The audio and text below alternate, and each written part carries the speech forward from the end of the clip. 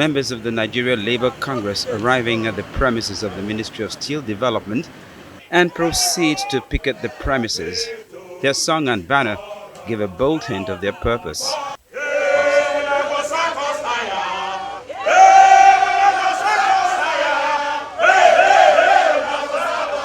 While the ministry's security officers shut the gate to keep out the protesters, the union is also padlocked the gates from outside.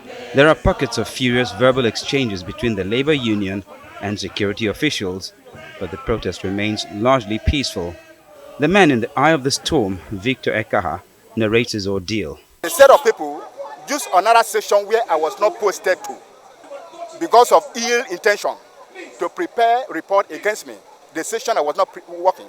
When the judgment was delivered, I came here peacefully to submit the judgment. Even their lawyer congratulated me. They said they did everything possible to stop the matter. At the end, the matter was granted in my favor on merit.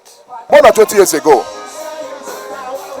precisely in 2005, Comrade Victor Ekpaha, who was employed under the MTI, Metallurgical Training Institute in Onitsha, was unceremoniously relieved of his duty, which we believe was a vendetta. He sought various means to redress the matter internally, exhausted every conciliation avenue, especially as contained in the public service rules, but nobody had him. The permanent secretary at the Ministry of Steel Development comes out and requests for a private meeting with protest leaders.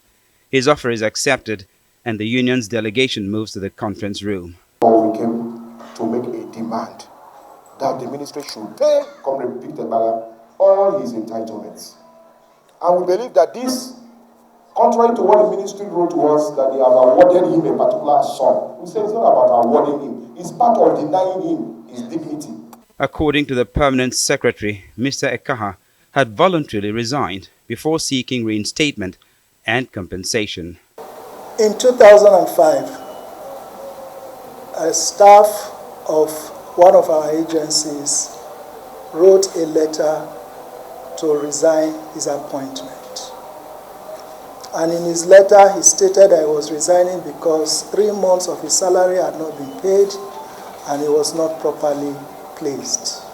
Came back some years later to say he wants to be reinstated in his place of work. We cannot begin to bandy words and say this and that, no.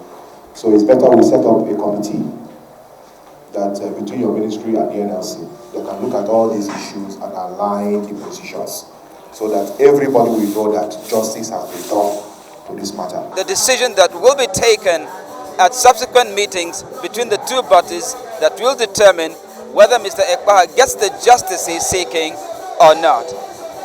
From the Ministry of Solid Minerals Development in Abuja, Charles Eruka, Arise News.